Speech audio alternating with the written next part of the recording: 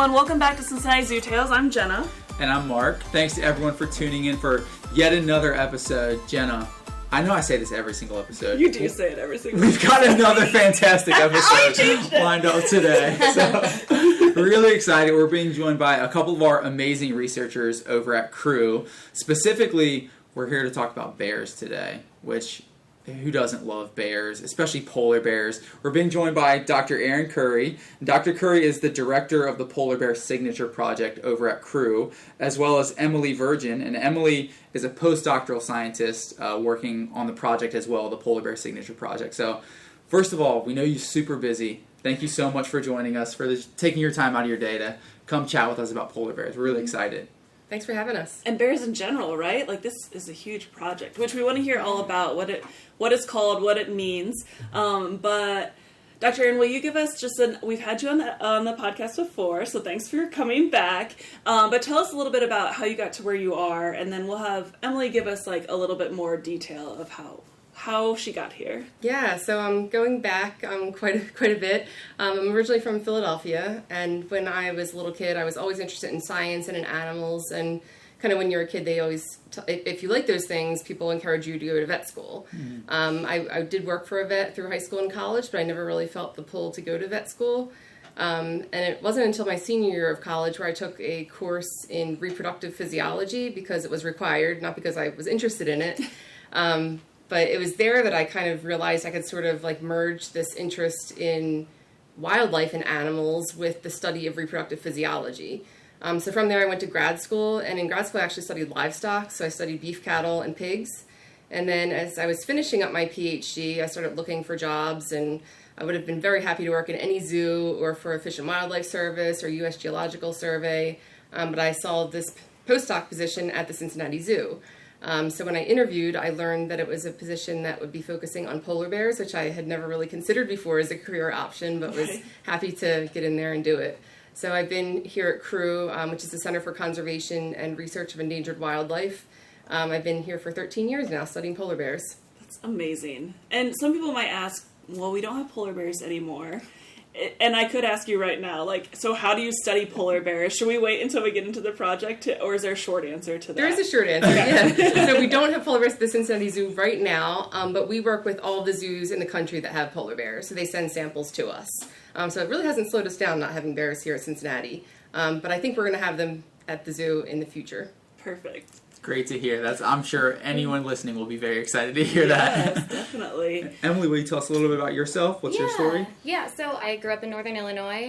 That's where I was raised. I lived about an hour and a half outside of Chicago, and so I kind of lived in like farm country, but I had a very similar story to Erin. I was really interested in animals. I would go outside and bring frogs inside and like show them to my mom and scare her and stuff. So I really had an interest in animals like really young when I first was like growing up and getting interested in what potential careers I could have. And then in college, I started college when I was a junior in high school. So like I started and I got my associate's degree early on. Wow. But I just basically took all the environmental biology classes, all the ecology classes, all the animal behavior classes I could at this community college. And then I got really interested in it. And eventually I transferred over to Northern Illinois University where I got my bachelor's degree. And that's where I started doing research with snakes. And so I did more like snake behavioral work, snake behavioral ecology. And so it was really cool because I was doing like these little behavioral assays for the snakes where I would make like these little extracts from different prey items and do tongue flick assays to see like what direction the snakes, very cool. the snakes move their tongue in to show as an indicator of interest and preference. As an undergrad, it did not go as well because, everyone, when you're a new scientist, you make a lot of mistakes. But that's part of the learning experience, right? Yeah, exactly. And so I was really interested in that, and I was really interested in animal behavior at the time. And one of the summers in college, I did an REU, which is a Research Experiences for Undergraduates program at Indiana University, and it's funded by the National Science Foundation. And I did some bird work there, and so I did bird behavior and looked at like tree swallow nestlings and whether or not tree swallow size impacts whether or not they have a good immune system. Oh. Yeah, and because if moms invest more into their babies, does that mean that they're going to be better prepared for the future, basically? And so that coupled like my interest in behavior and then also doing physiology work and looking at internal indicators of health and fitness. And then after that, I graduated and I wanted to pair those two interests of just physiology and using physiology as indicators of health and fitness, and then also reptiles. And then I joined a graduate program at Utah State University where I studied the effects of urbanization on lizard reproductive ecology and physiology. So I worked with these little tiny lizards down in southern Utah. They're called sidewatch lizards. If you ever visited Zion, or if you went down to Vegas or Snow Canyon State Park, they're like the smallest lizards there, and they're absolutely prolific. Like, they're probably the ones that you will see. And so I was down in the desert for 6 years studying these lizards and looking to see whether or not lizards that lived in more urbanized populations had different ecologies or different behaviors and different ways that they went about their lives than the ones that lived in more natural populations. And we found some differences based on what my Ph.D. advisor had studied prior to, because she had done a lot of research before I joined.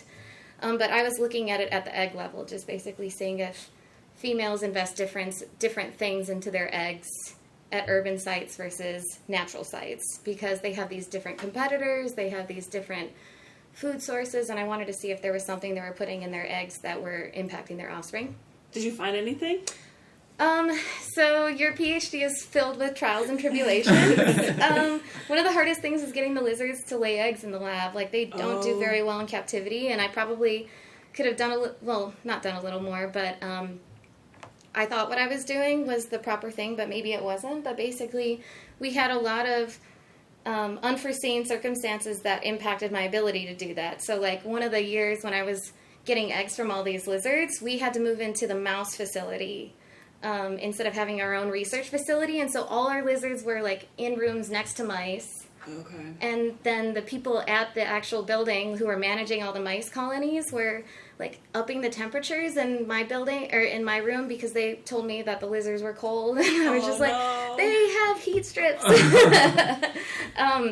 But yeah, anyway, so we did find that previously my advisor found that lizards at urban sites lay more eggs and invest more into reproduction than the lizards at the natural sites.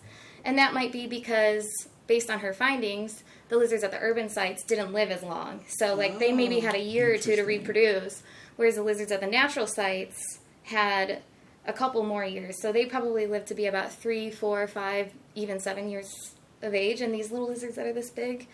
And then the lizards at the the urban sites only lived, like, maybe a year or two. And so it might, like, we were hypothesizing that it was a difference in, the environmental pressures, because even though St. George, which is the city that we were working in, even though they were living in these areas that had a lot of prey, like they were living on golf courses, everything was irrigated, so there were insects everywhere, so many different things for these animals to eat. There were cats, and there were, like, other predators that they didn't experience in the wild. So we think that was a pressure and was impacting their ability to, like, basically get their genes to pass on into the next generation. Wow, that's so interesting. Yeah. And so we saw that one of the things that I looked at specifically was whether or not egg viability, or whether or not an egg was fertilized, was impacted or, like, influenced based on where these lizards were living. And we saw that the urban lizards laid more unfertilized eggs compared to the natural lizards. Yeah. So interesting. Yeah. And I always wonder, like, how do you, for all of our scientists here, like, these jobs don't really exist to me. Like, right. Who knows that there's somebody out there studying this lizard that, as somebody who loves animals, has never heard of this species. Like, right. But there are people out there doing things that I have no idea are going on, and right. It's, like, incredible. And there's jobs behind them, Mm-hmm. and, like, it's just wild. So I love having you guys on, and, like, any, like, college students listening know that there are so many wild opportunities, like, not wild, right. like, wild to me, like, that it's incredible that they're happening, but, like, yeah. when you were little, I knew you said you were interested in animals, but did you say I wanted to be a scientist? Did you, like, have a job in mind, or did you know these jobs existed? I did not know these jobs existed either. I was told by my parents, so I'm a first-generation college student. Okay. My grandma my grandma immigrated from the Philippines after getting married to my grandfather. And so, like, we were low income. Like, they didn't really know, like, that these jobs were available. They just knew that, you know, they needed to provide for their kids. And then I basically was just told, oh, she's smart. She likes animals. She should go to vet school, or she should be a zookeeper, basically. I didn't know that there were other options. And I know that's the story that a lot of us tell, but it's so true. That's so interesting. So just through classes and such, you guys learned about these different opportunities and just kind of followed them? Yeah, and I mean, I used to watch, like, Zaboomafoo, and I would watch that and think I wanted to be like the Crap Brothers, but... That's my son's favorite show right now. I can't believe it's still out. I can't believe it's still going. so much. Yeah. Can you guys explain to me, like, I don't think I really know, so I'm guessing some of the listeners don't know, what is a postdoc scientist? What does that mean? So a postdoctoral scientist is basically a position that you take after you defend your Ph.D. And so in your Ph.D, you acquire a lot of the training that you need to be like a fully independent scientist, but a postdoc allows you to get additional training in a different area. And so that kind of transitions into my work with lizards to polar bears. Okay. So I did all this work with lizards, and I specialized in running these physiology tests or these assays for this specific species of lizard. And I looked at it in a couple different ways. So, like, I measured their immune function, I measured some of their hormones that are important in reproduction, but I specialized just within this specific species. And then Erin put out a position for a postdoctoral scientist here at the Cincinnati Zoo, and it basically was doing all that laboratory stuff, but just with a different species. And so a lot of times when people do their postdocs, they either go and work in the same species, but learn an entirely new technique. So, like, I could have gone and worked with lizards somewhere else and then done, like, genetic work or something, because I don't have that experience. Or you work with a different species and kind of also improve your skills in laboratory assays, basically. So, like, Erin had this position up, and it was basically like, okay, I have all the basic fundamental requirements to run these tests that she wanted people to run, but this one was, like, taking it to another step higher. So, in a way, I got experience with a different species, but then also, like, an entirely new type of test that people haven't been running before in these species. Which is incredible. So, like, if Dr. Erin, and should we call you Dr. Emily? Like, you can, yeah. Not a lot of people do. Only because I'm not smart enough to know the difference between a postdoc and a PhD. And I'm glad you asked. Yes. Yeah. Dr. Emily. So, Erin, if you went and studied, or, like, you could do a postdoc right now somewhere else and just learn something new? So usually a postdoc is for someone who just finishes their PhD. Okay. So it's kind of like the step between the PhD and the permanent position. Okay. So it's kind of like, I look at it as like a spot where I can take really great scientists like Emily and kind of give them a place and the resources to develop their own skills and program and be more independent than they could have been in their PhD. Okay.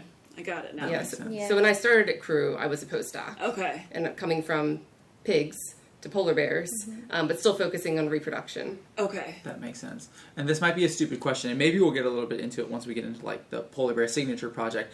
But, like, is there a big difference in the tests that you're running, say, on if you're testing the same thing for lizards and the same thing for polar bears? Does the test function in the same way, or do you have to do a completely different setup when you're testing these things? It could be either, honestly. Yeah, so the cool thing is that a lot of the biomarkers that I studied within the lizards, they're all in their blood. And so the work that I'm doing with the polar bears is also working with blood samples. And a lot of the biomarkers are conserved across different animals. So lizards make progesterone. Lizards make follicle-stimulating hormone. Lizards make testosterone. And they basically have all the same, like, hormone makeups as polar bears. And there might be some differences just evolutionarily because, you know, they diverged, like, a long time ago. Sure, yeah. And things just tend to change for that reason. But a lot of times we can find tests that work for both of them. Okay. But it does take we have to take a couple additional measures just to make sure we're measuring what we're actually measuring, because sometimes it will say that we're measuring it, but then we don't actually know if that's the case. It might just be something else in their system or in their blood that is impacting the levels. I have a question. I don't even know if I can ask it. because I don't know how to explain myself because I don't understand it enough. It's a safe space, Jenna. It's a safe space. You can speak your mind. I truly just do not understand how there are tests for these things. How, like, ever long ago, somebody found a hormone. Like, let's just go with progesterone. How in the world, how is it found? How did you have this blood? There's cells. Okay, I can understand a cell. I get it. You can see it, right? With a microscope, like a certain thing. You can't see a hormone, correct? No. So how does someone know it's there? How do you find something that's like, the bell rings and you're like, yep, there's progesterone here, or the levels, like, I don't understand it. Is there a way to explain that? Yeah, a lot of the old school studies kind of involved removing things and then seeing how the animal functioned. So, for example, with like chickens, they might take out the chicken's ovary and see what changes occur. And that chicken, if she didn't have an ovary, obviously would stop laying eggs, but she may have some other characteristics as well. So in testosterone, the way I believe they found that testosterone is produced by the testes was in a similar way. They essentially castrated young roosters, and then they saw that they lost all of their secondary sex characteristics. So they realized that the testes must be producing something, some hormone, some biomarker that's creating these changes in the animal. So these were kind of like the old school, back in like the 1800s methods of like figuring out that there is something in the blood, and this is how we can sort of identify where it's produced and then see what changes it creates if we take it out. What can you define biomarker for us? Yeah, we throw that term around loosely. Biomarker is kind of any chemical of interest. So when we say biomarker, they could be proteins or steroids, other like communicating signals in the blood that we're interested in measuring. And then somebody figured out how to have a test that gives you an answer. Can you explain that? How it can find the difference between testosterone and estrogen? Or Yeah, there's a lot of different tests that we can run that rely on different characteristics of biomarkers. But the one that we run most in our wildlife endocrinology labs is probably antibody-based tests. So antibodies are the things that float around in your blood that are very specific to compounds or biomarkers of interest. So, for example, when you get the COVID vaccination, your body creates antibodies against COVID. These antibodies, they call it like a lock and key theory. They're so specific to specific biomarkers of interest that they can't bind to anything else. So we exploit that property of antibodies by having antibodies that bind only to testosterone or only to progesterone. And by doing that, we can measure them or quantify them in the lab. But that's all. Yeah, we don't have time for all of This is fascinating. Yeah. But to take it even a step farther, correct me if I'm wrong, at Crew, you will also develop some of your own tests for some of these biomarkers, right? Which, like, we're talking theoreticals here, like, all this happened in the 1800s, but, like, this is still happening currently at our zoo, across the zoo. Like, that's the most fascinating part to me, is the fact that you all are able to do this. Could you even explain where you start with something like that? Yeah, kind of like the nuts and bolts explanation of antibody binding tests are we have a plastic plate in the lab, just a little plastic container essentially, and you can make antibodies stick to that plate. So if we have a Where do you antibody, find the antibodies? you can buy them. You buy so them. they're This commercially. is who Yeah. makes them, and then they go to specific. Yeah. I Yeah, just so don't. we can't, and the example I use, like, I can't go on Amazon.com and order a polar bear testosterone antibody because Right. not enough people are interested in it. But maybe I can buy a human one or a dog one, and maybe that will be specific enough to polar bear testosterone that it recognizes it. So there's all these different manufacturers that produce these antibodies. Usually we'll start off with like a human one or a canine one. We'll buy it, bring it into the lab, make it stick to this plate, and then we'll throw some polar bear blood onto that plate. Then, in theory, what's happening at the plate in the molecular level is the antibody is sticking only to the polar bear testosterone. Then we wash everything from the plate, but the antibody is still stuck to it with the testosterone intact, in theory. Can you see this? You can't see it, but we have ways of making them fluoresce or change color, and we can measure those things.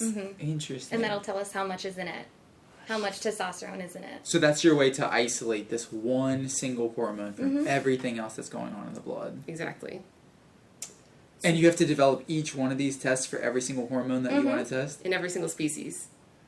this is wild. And now we're just getting on a science episode.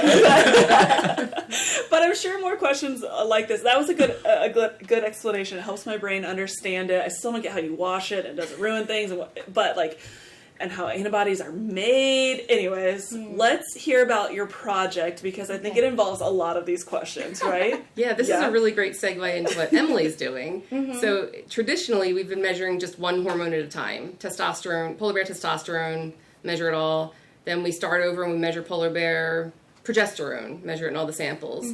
But Emily's been pioneering this method to measure a ton of hormones at the same exact time, in the same exact plate, same exact plastic plate type of setup. So it's kind of a game changer in wildlife monitoring. Based on what Erin was saying about the plastic plate, instead of getting the antibodies to stick to the bottom of the plate, we instead are using magnetic beads that have these antibodies on them. Of course you are. Yeah, of course we are. Of course we are. And so we take these beads, so we'll have like, if I wanted to measure 6 hormones in this one assay or test, I would have these 6 vials of beads, and they're all magnetic, and they all have antibodies specific to each one. So like this tube will have magnetic beads with progesterone antibodies. This one will have thyroid hormone antibodies. This one will have testosterone. This one will have cortisol. And then you put them all together, and then you put them in the plate, but it doesn't stick to the bottom. You use you use a magnet to keep it to the bottom. Okay. So like you don't have to worry about washing anything away. And so because we're able to have all these different antibodies in there, we only need to like run it once with polar bear samples. So just saving time. Saving samples. Yes. Zoos have sent us samples all the way back from the 1980s, and these bears are long since passed, basically. And even though they may have some samples banked, like these are the only ones that we have, and we want to make sure that we can save them if there's ever any interest in testing something else in the future. Maybe like we find like the smoking gun that tells us when a polar bear is pregnant, but Emily used up all the sample because she wanted to run 10 different assays. But instead now we have enough to run 10 future assays because I'm only running it once. That's amazing. So when you're using blood? Are you using blood for this? Yes. Okay. Yes. Are you using a drop, 3 milliliters? How much does it? It can vary. So I actually, even though I'm measuring multiple hormones at once, I do have to still measure 3 separate tests, unfortunately. But that's because one of them can only be run in a certain way. So there is a step that we have to process the samples beforehand to be able to run it. And so because it has to be processed a certain way, I can't use it for these other ones. Okay. And then the 2 other, so I'm running a steroid hormone one, so that just encompasses all the reproductive hormones that you've heard in the past, and then also thyroid hormones. And then we also have a test to measure cytokines, and cytokines are immune function proteins, and they're basically the hormones of your immune system. So they circulate in your blood, and they like tell your immune cells to do different things. So if it can tell your body whether or not it wants you to ramp up your immune system or downplay your immune system, basically. Okay. And so that could be a sign of health and infection, or like inflammatory responses, or sickness, or fever, or all these other things that can kind of give insights into an animal's health. And then the other test that we're running is a gut hormone panel. And so polar bears are, they exhibit extremely unique and extreme metabolic physiologies. Like they have to survive winters fasting for how many months? They can fast for a while. They can fast for a while. They basically have to they have to get all these resources in the summer to make sure that they have enough to survive the winter, and then also feed their babies if they have babies in a den. And so these hormones that are considered gut hormones can indicate whether or not an animal is hungry. It can indicate whether or not an animal is feeling full. It can indicate just the general energy status of an animal. So there's this one hormone, leptin. Have you heard of leptin before? I have heard of it. I don't know much about it. It's I guess I would consider, they call it a gut hormone, but a lot of people call it different things. But it's basically a protein that is released from your fat cells that can be sort of an indicator of your fat reserves. And so people have been using that as an indicator for whether or not an animal has enough energy to reproduce. And so we're measuring all of these things in these 3 different tests. And I know that we were talking about sample, the amount of sample that we were supposed to... Like, how much blood do you need? Is it... Yeah, and so, long story short, I just got into the rabbit hole. But the 3 different tests that I'm running, they vary in the amount that you have to use. So for the steroid hormones, because it has a processing step to it, we have to use a little more. So I use about 0.1 mils. Okay, so very small amount. Yeah, but then the other 2, I have to dilute them in like this solution to be able to run it, and I only use 0.02 mils, so 20 microliters. Wow. So for this nothing. one. Almost nothing, basically. Almost nothing, basically, and they're in these like 1.8 milliliter vials full of polar bear serum, so I'm only using like 1% of it. That's good. That's a good thing. Yeah, Wow. Exactly. And it's good too when we have to, because that allows us to run the tests that we need to make sure we're measuring what we're measuring. So that takes a little bit more. So if I'm just running it just to measure these hormones in the samples, I only need to use 20 microliters. But if I want to do all the tests prior to make sure that I'm running and testing what I want to test, then that takes a little bit more. Okay. And so that allows us to be better about our quality control and like making sure that we're running things as best as we can and actually like doing work that impacts populations of polar bears. Yeah, that's amazing. Yeah. So you're able to test use less blood to test more biomarkers. Yes. By this new kind of, I guess, new testing. Yeah. What's the word for it? Analysis, sure. Yeah. I know, there's so many words so for it. So you developed this using like magnets. Yeah. Magnetic beads. Has that been done before? Like, where did you get the idea for this concept?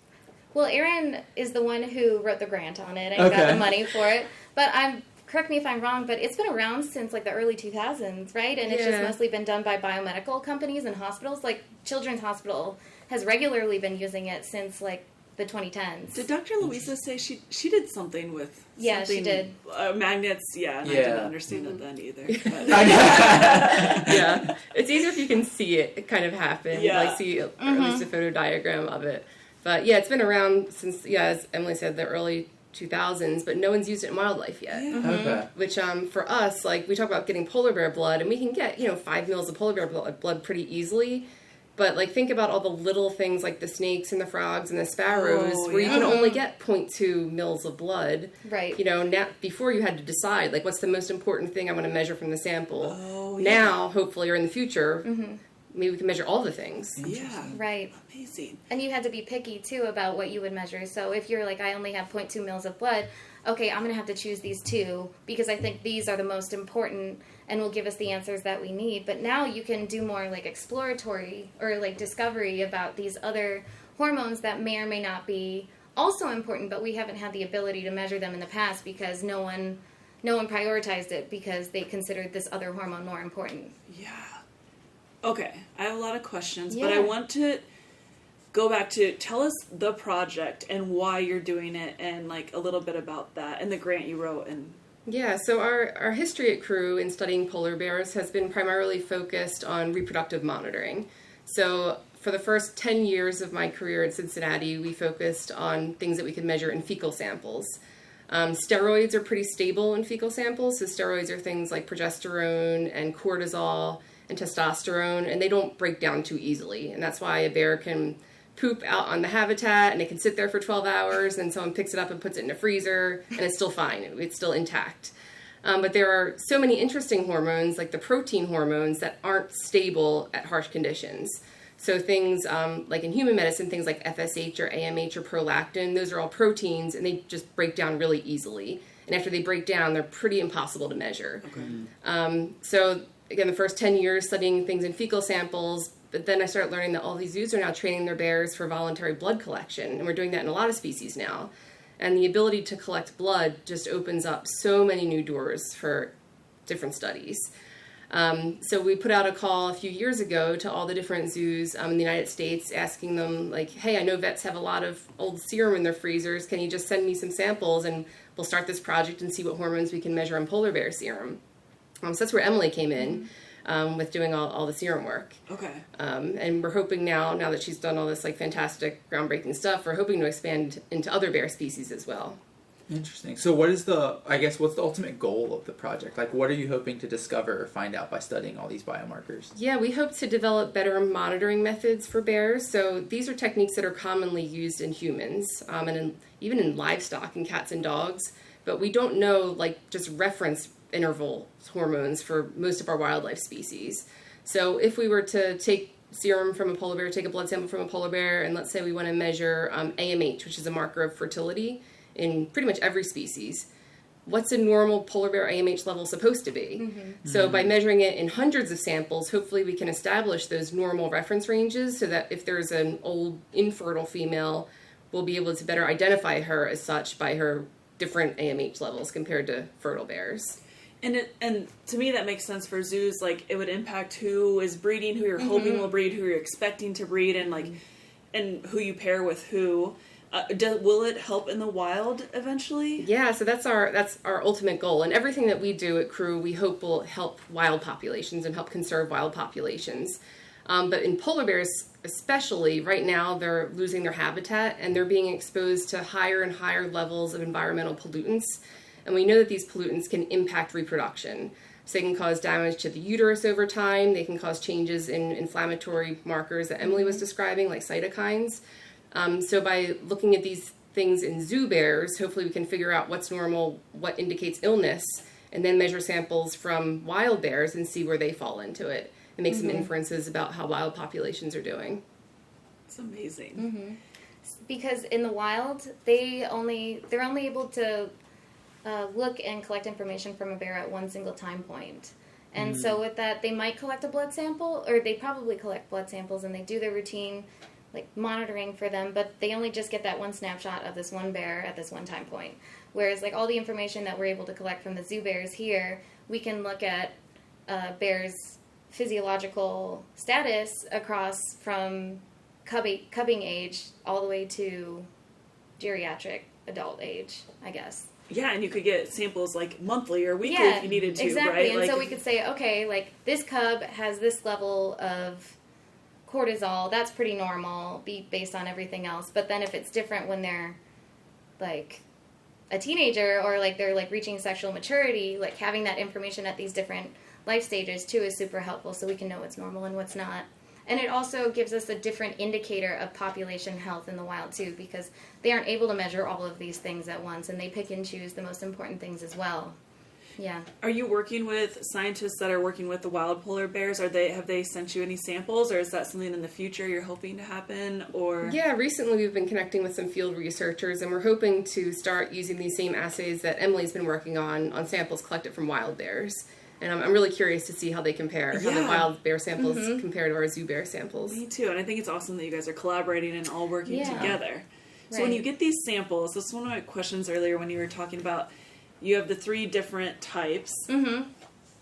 Like, on a daily basis, what are you doing? Are you putting 20 microliters on 3 plates a day? Are you doing 100 of them? Are you doing 5 a week? Like, what are you doing all day? How long does like, the process take? what do you do while it's... So both, all the tests take about 2 days to run. Okay. And so the first day is a lot of prep work, basically. So I have to pull out all the samples that I want to use, and each plate that I run, so if I wanted to run one plate, one test, I can run 37 samples at once. Wow. Yes, I'm running 37 samples on this one plate and getting information about 5-6 different biomarkers.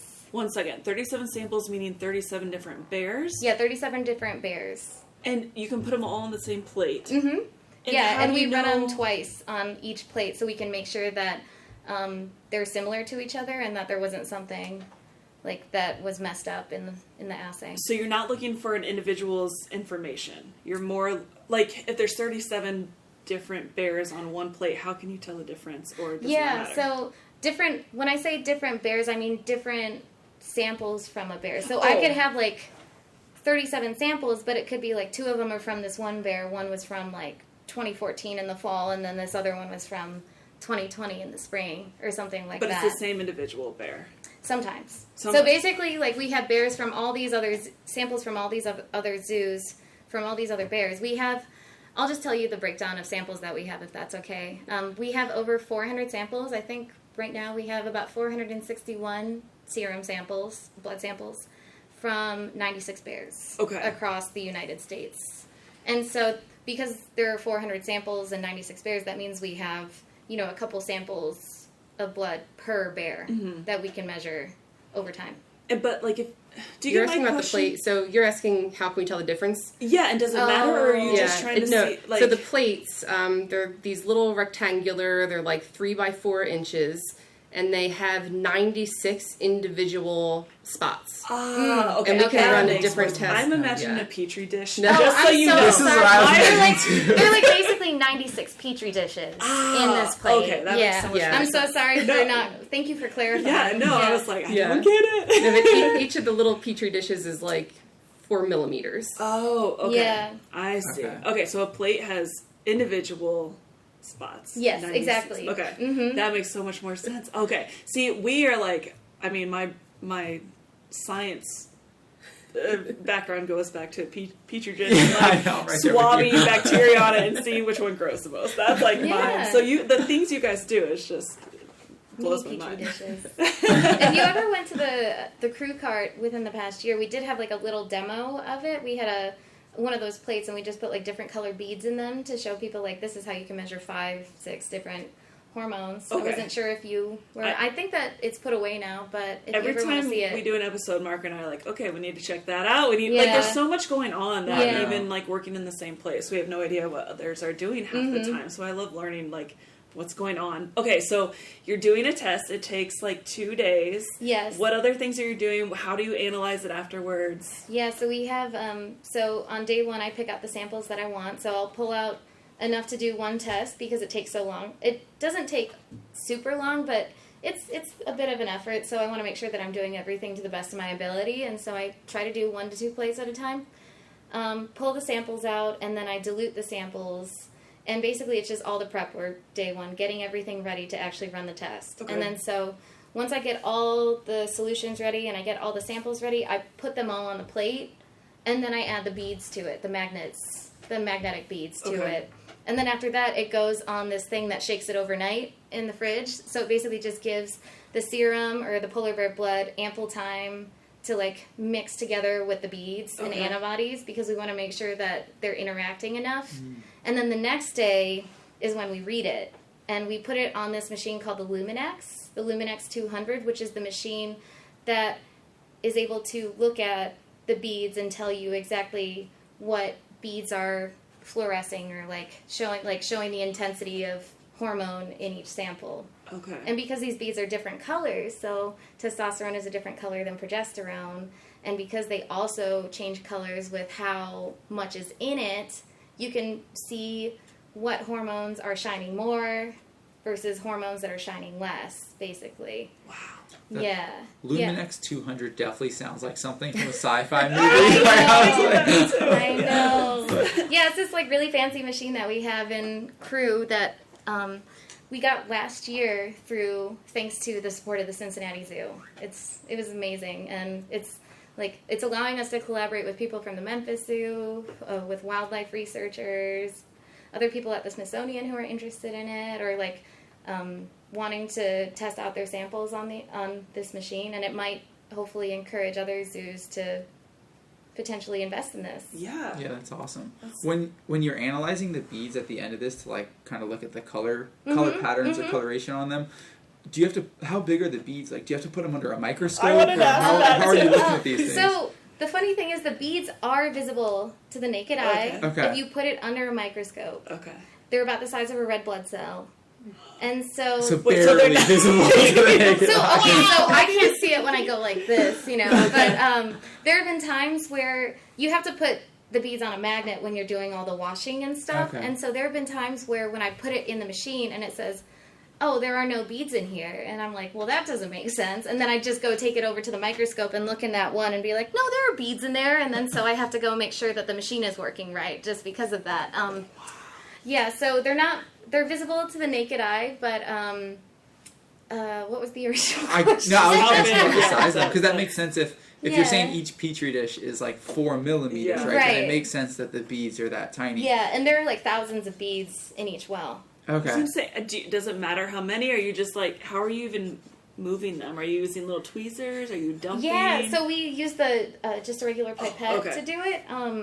But the way that the manufacturer that we order these kits from, they basically prepare them in a solution that is concentrated enough so you know exactly how much to add to it. Okay. And so Okay. when you add it, you add a set amount, and then that hopefully guarantees that they're all going to be in the same concentration that they validated it in. Oh, okay. Yeah, because they optimized it at that concentration to work the best with whatever they tested it with, and so if we try to mimic it as best as, or like match it as best as possible, that's going to give us likely the best results.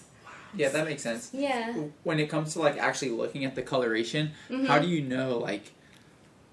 I guess how can you tell if 50% of the bead is covered? Like, does that make sense? Yeah, Like, yeah. how do you So that's the measure that, I hardest. guess? That's the hardest part to explain. So basically, like we put it in this machine, and then the machine has a little probe that goes into the one well, like just one single well, and then pulls everything up into it, and so it has all these beads inside the machine now, and then it puts these two different lasers, basically shines these two different lasers at these beads. And one laser helps identify the color of the bead.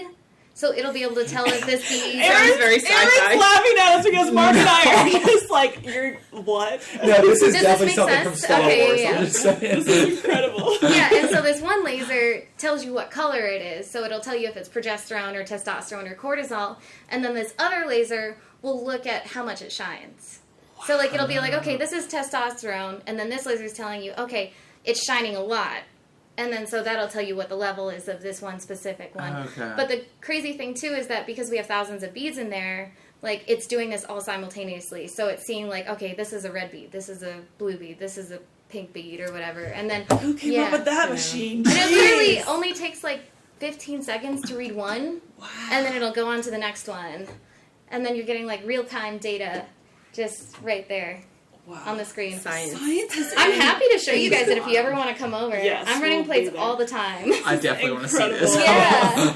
I have a question that is going probably more into the science thing than your project, but like, do you think it matters, or maybe this is completely ridiculous, but like, do you ever have to worry about like testosterone settling further in the serum than like progesterone or cortisol or something? And if you take your sample from the top of the blood or the or not the blood, but That the is a top really of the good tube or question. anything, like, does that matter? And how do you overcome that? It matters with certain hormones, not steroid hormones like cortisol and progesterone and testosterone, but certain ones can be affected by that. And the way that we solve that problem is by putting it on a vortexer, which is basically like this machine that shakes the blood sample up as much as possible to make sure that everything is as like homogeneous and homogeneous as possible. I'm imagining like a mini centrifuge, basically.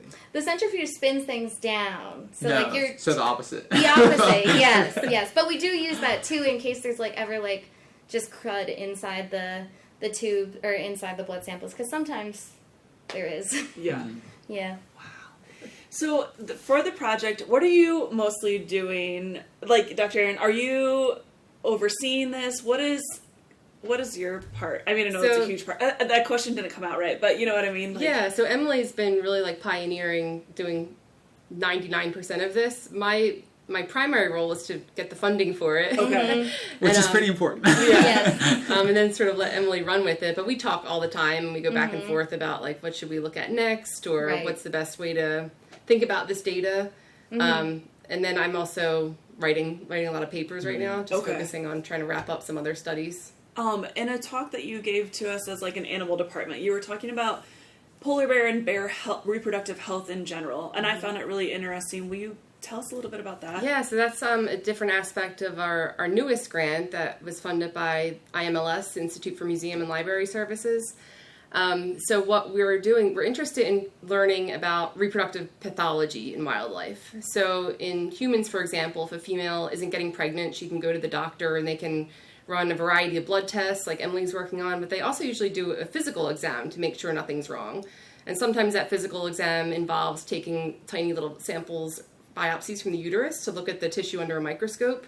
So we're trying to implement methods that are commonly used in humans and dogs and horses in understudied species like polar bears. So when bears, when zoos anesthetize their bears as part of like an annual physical examination, sometimes they'll call us to do a reproductive exam if the bear hasn't been getting pregnant. Or if it's a male, sometimes we'll do a semen collection to see if he's fertile. But in the females, what we've been doing more recently with the help of one of our crew scientists, Dr. Julie Barnes, is actually going into the uterus and taking a peek around, making sure we're not seeing things like cysts or tumors, and taking these tiny little microbiopsies that are only about 1 millimeter in size, and submitting them to see if there's any changes in the tissue at the microscopic level. To me, I feel like we're a little bit behind the bar in wildlife reproduction because we don't look at these things on a routine basis, but there's no reason not to. Right. And polar bears they're notoriously not easy, like, there aren't a ton of cubs, there aren't a ton of polar bears in zoos in general. And do you think it has more to do with, like, age or setup or the breeding pairs, or what do you guys find? Yeah, that's a good question. I don't know the answer to that. If I did, we'd be trying to address it. Yeah. But that's one of the questions we're asking is why aren't more bears getting pregnant? So in the wild, we know that young bears are kind of kicked off mom around the age of 2 or 3, and they'd probably start breeding that year. Okay. You know, a female would she'd start cycling probably around 3 or 4, and a male would follow her and probably breed. In zoos, we tend to wait until they're a little bit older to put them into breeding situations.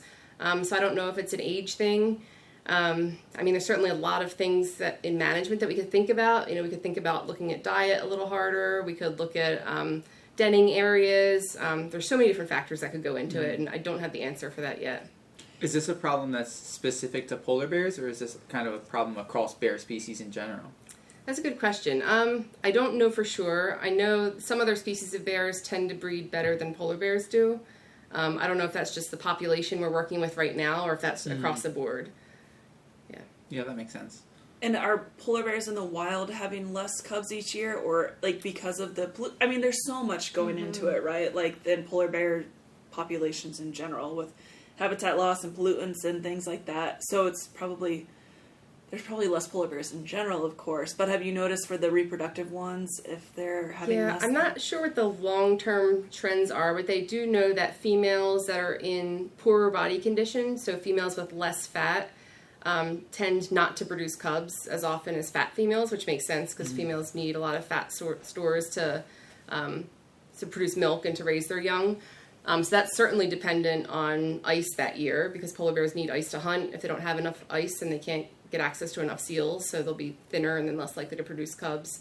So I think it more depends on the sea ice variations. I don't think we've really gotten a good idea of like how environmental pollutants are directly impacting individual polar bears yet. Okay. But I think as we develop the tests to measure those things, I think that'll probably come out. And so when you're doing these tests and you're measuring all of these things, are you trying to figure out one specific thing, or are you just trying to figure out as much about polar bears and reproductive health as possible? I'd say it's a little bit of both. Yeah, it's a little bit of both. There's like a fine line between how am I trying to say this? Like when you're doing science and when you're doing research, like some people do it where they like look at one specific thing because they know that this is important, but then there are other people who are like, I'm just going to throw everything at the wall and see what sticks. And I feel like this is a little bit in the middle because like we have a general idea of what these hormones do and why they might be important in reproduction, but we're not limiting ourselves to only look at ones that we know work in domestic species or in humans, because in my mind that's limiting us to potentially observing trends that we may or may not have otherwise looked at because our like focus is so small. And are you trying to develop a test for pregnancy? Yes, we've been trying and have not gotten there yet. Yeah, so there's no pregnancy test for polar bears. So we have no way of telling whether or not a polar bear is pregnant until she has cubs or she doesn't. There's no blood test. They don't act differently than non-pregnant females. So yeah, it's been tricky. We've looked at pretty much everything that there is to look at in a fecal sample. So steroids, proteins, metabolites, volatile organic compounds. None of them seem to be different in pregnant versus pseudo-pregnant bears. Maybe I should explain a little bit about the polar bear reproductive cycle. But they're tricky. So they breed in the springtime. They're seasonal breeders. And then if an embryo forms after that breeding, it goes into embryonic diapause. So that means it grows to about the size of a grain of sand, and then it stops growing for months, just kind of floating around in the uterus all summer long. And then at the very end of the summer, early autumn, that embryo starts growing again, and it attaches to the uterus, and then growth really takes off, and it grows for about 60 days until the cubs are born.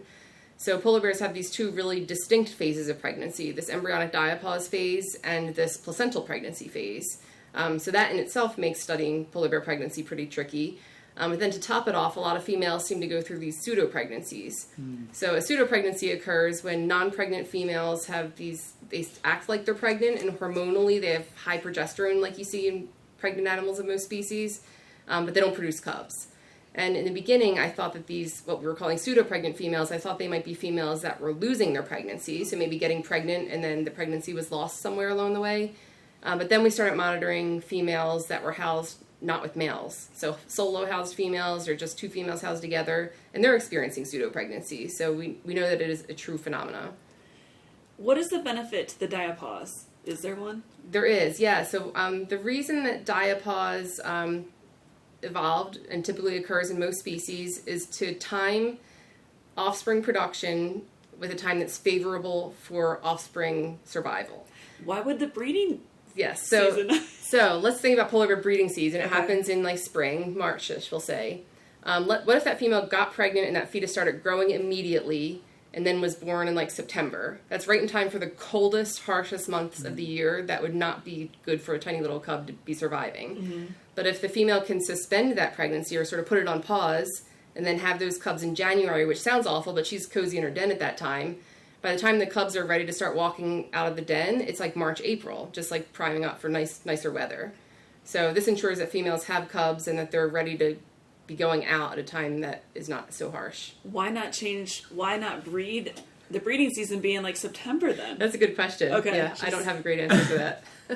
Nature. There's got to be something evolutionarily that made it make sense in the first place, right? Yeah. But it's really interesting to hear you talk about like the pseudo-pregnancies versus the true pregnancies, because like that obviously makes this species incredibly difficult to work with. And you mentioned a little bit about how like the embryo attaches to the uterus and the wall and everything. And you also mentioned earlier how you guys are starting to like use cameras to look at that. Mm-hmm. I'm sure that you obviously don't have as many data points or as many samples because it's not like drawing blood. We're not able to kind of do that voluntarily. But have you found anything in the females that you've looked at so far? Yeah, we've only had a chance. This is a brand new project that we just Okay. started this year. We've only had a chance to look at a few females, and we have found at least one young female that had changes in her uterus that weren't good. Okay. Which is kind of surprising because she was not an old, like, you'd kind of expect those changes in older females, like 25-year-olds, but you wouldn't necessarily expect them in a 10-year-old female.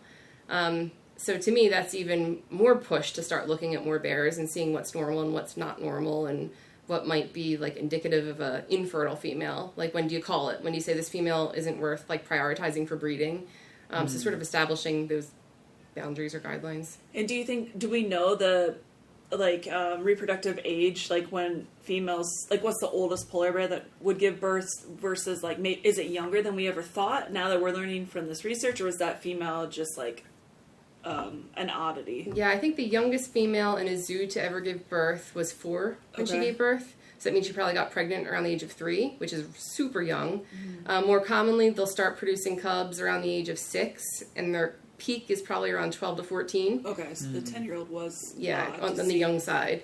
But we know females as old as like 27 have had cubs. So they can Wow. keep going pretty long. Okay.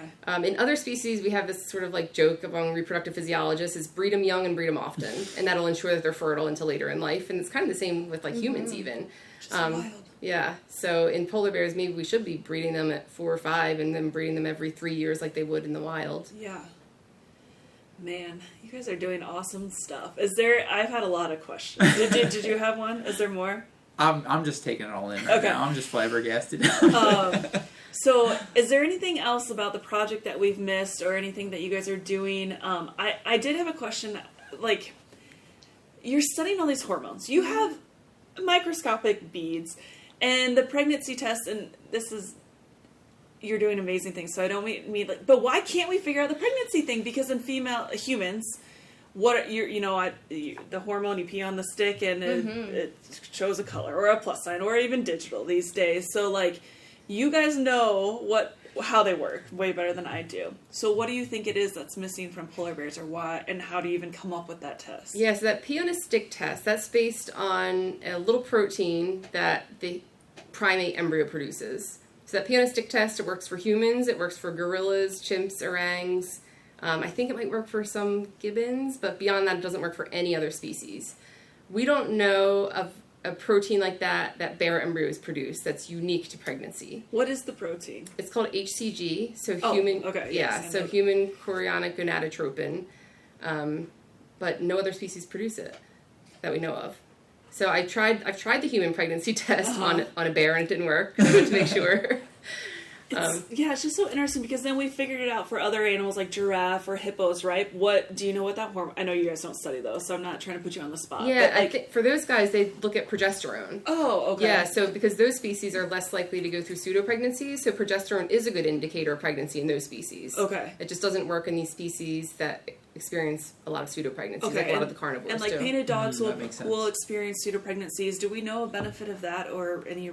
Pseudo pregnancy makes sense to me for social species, because think about a pack of wild dogs. It's usually the alpha dog, and you guys are the experts in the dogs, but there's an alpha female that produces offspring, and the other females kind of help her, right? Mm-hmm. It makes sense that a non-pregnant female might have those same maternal behaviors and trends, because maybe it helps her want to take care of the offspring more. Mm-hmm. So in a social setting, that makes sense to me. But polar bears are solitary. Yeah. So what is the benefit to having a pseudo-pregnancy in a solitary species? I don't know. Maybe it's just a default that's never been sort of evolved out of them yet. I don't know. Interesting. Yes. I will say, great things take time. I'm confident that one day we will crack the code and just develop a test for it. I can't retire until. I'm sure you spent many sleepless nights thinking about this, but great things take time. They've done incredible things already, but like I was just thinking, like one day Erin's gonna be like, I'm the person who came up with a polar bear pregnancy test, you know? Like we'll see, hopefully. And when that day comes, you're definitely coming back on the podcast to tell us what you found. I know sometimes it seems, because I've been literally working on this for 13 years, trying to answer this one question. And some people ask, like, why don't you get discouraged that you haven't found it yet? But then there's technologies like Emily's telling us about, like lasers and magnetic beads, and new technologies are coming along every day that are helping us answer old questions that we haven't been able to answer. Mm-hmm. So I think once we run out of ideas, hopefully there'll be something new and lasery and shiny. Lasery and shiny. That'll help us with that one too. Yeah. Is there a question you want to have answered through all of these samples you're doing, all of these tests you're running? Like, is there one that you would like to figure out, or you're just trying to get all the information you can? I'm really just interested in how the environment impacts these things, and because we don't know very much about polar bears and what like the environments in a zoo setting impact these, I think that it's important to get just baseline information on that first before we can start asking the specific questions. Yeah, that's really interesting. And something that I totally meant to ask earlier and I completely forgot about, but you had mentioned some of the effects that like the pollutants are having on the wild bears. You also did your research on the lizards. Did you notice like the lizards in the urban environments were facing effects of pollution, or was it just kind of living? This is not something that I'm testing specifically, or that I tested specifically, but I know that lizards are extremely insane in terms of what pollutants they can tolerate, and I think that's the same across a lot of different reptile species. They're very hardy, right? They're very hardy, and they can live with a lot of sickness. They can live with a lot of contaminants in their systems. But I'm actually working with people at Ohio Wesleyan University to address this question in the Italian wall lizards here in Cincinnati. Yeah. Oh, interesting. Yeah, and so what they're looking at is they're using public data to examine what areas have higher lead contaminations in the different neighborhoods in Cincinnati. And I don't know if you can talk about this or not. Like, I mean, I'm sure it's probably fine because it's public data, right? And just looking to see whether or not where there are higher lead contamination, if that corresponds with like higher loads of lead within the different organs and different, like the different, I guess, like lizards that live there. And whether or not that's affecting their eggs and whether or not that's affecting their populations. It's interesting. I lived like 10 minutes away before, and they were everywhere, but there were a lot of the rock, like wall, areas. I assumed that had a lot to do with it, whereas I live somewhere now where it's more people just have like grass yards and not like the stonework or anything, and I hardly ever see them. Yeah, they're a lot harder to find. But I've never thought about, I mean, I guess I've never thought to think it could be the pollutants or something that are keeping an animal somewhere. Yeah, and the jury's out. I think they're still trying to figure out what they're doing with it, so I probably did not explain it as well as they could explain it, but, and they're doing most of the work. I just come out to catch lizards with them every, like a couple weeks a year. But yeah, the rock walls definitely impact whether or not they're going to be around there, and I know that one of the researchers over there is actually looking to see whether there are differences between those that live in the natural sites versus the urban sites. And they're a lot harder to find in the natural sites because, they blend in more. They're, like, on the ground. They're on logs that they blend into really well. Oh, whereas, that makes sense. And they're lower in density, too. They tend to be. But at the urban sites, obviously, like, you just hear... Yeah, it's like they thrive there. And, it's interesting that people are studying, like, maybe why. Maybe they don't live as long there. But, like, you found... and it's interesting, just like, my question goes to, who pays for all of this stuff, right? Like, that's another thing about these jobs. So that's a big part of your job, right? Is writing grants and getting people, like, interested in your projects? Yeah, so we get to do, like, so many cool projects, working at a zoo and people working at a university, similar.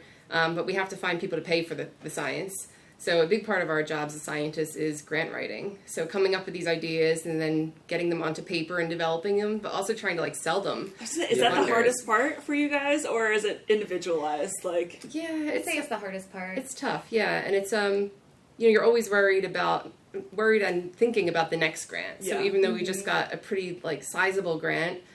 Just last year, I'm already thinking, like, well, what's the next grant proposal going to look like? Because ideally, you don't want interrupted funding because it pays people salaries. It keeps us going every day. So it's tough. Yeah. Yeah, like, my position is grant funded. And so it's not like I can just stay here permanently. I'm going to be eventually moving on to the next position. And then Erin's new grant is funding a new scientist in training who is going to eventually learn, like, these new techniques and then go on and do something else. So that's a part of what Crew does as a whole. Like, it's very much focused on training the next generation of conservation researchers. Which is amazing, but also tough for those of you that would love to stay, and then you're training new people all the time. Yeah, and you'd be surprised at how many of us there are, like, and how few zoo research jobs there are. Oh, I'm sure. Yeah. So it's, like, very competitive right now. Yeah, I bet. So I have one last question then. What can I do?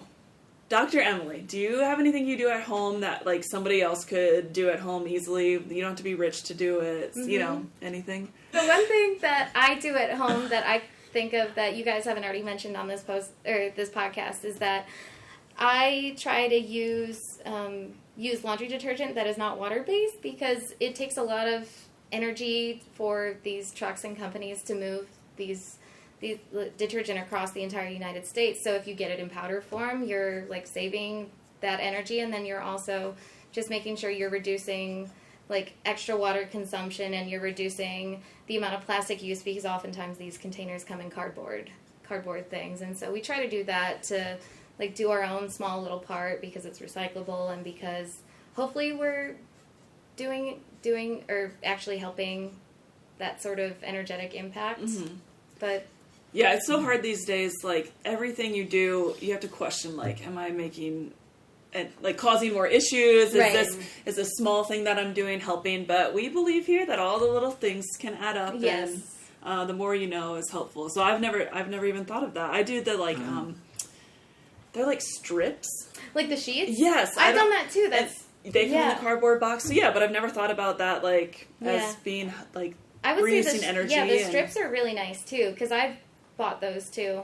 Yeah, so I guess you can change up how you do your laundry. This is a good one because I've never even considered that. Like, I know at home we use the detergent that comes in the plastic bottle. So, like, this is an easy change for us to make. And they tend to be cheaper too, I would say. I mean, Tide does it, Gain does it, and then I know that Arm & Hammer has, like, really cheap powdered detergent. Awesome. Yeah. Well, cool. Thank you guys for all that you do. And for explaining all of the things that I just now sort of understand, even though I've probably asked the scientists on here very similar questions a million times. But what you guys do is incredible. Fun. You guys are so smart. Yeah, thanks for educating us today, spending your time with a couple lowlies like me and trying to wrap our heads around all this. You guys ask great questions. Well, and I know like a lot of the research hinges upon like the participation in animal care staff, so the work that you guys do is so important as well. That's one of the coolest things that's coming, like, in the last 10 years even. There's just a huge difference and so many changes in training and things that are allowing us as keepers who used to just essentially clean up poop and feed animals, and now we're doing all the training and enrichment, but also getting to, like, have our animals help us contribute a little bit to science. So, just a fun fact, Cincinnati Zoo participated in 63 different animal research projects in 2023. Wow, that's amazing. And those are researchers from all over the United States and some international. So samples that we're collecting from our zoo animals and medical records are helping so many different projects. That's wonderful. Yes, that's what zoos are all about. We need to be helping in every way we can. So. Great. Well, thank you, ladies. Thanks for joining us. Thank you. Yeah. Thanks for listening, everyone. Have a great day. Yep. Until next time, thanks again for listening. Take care.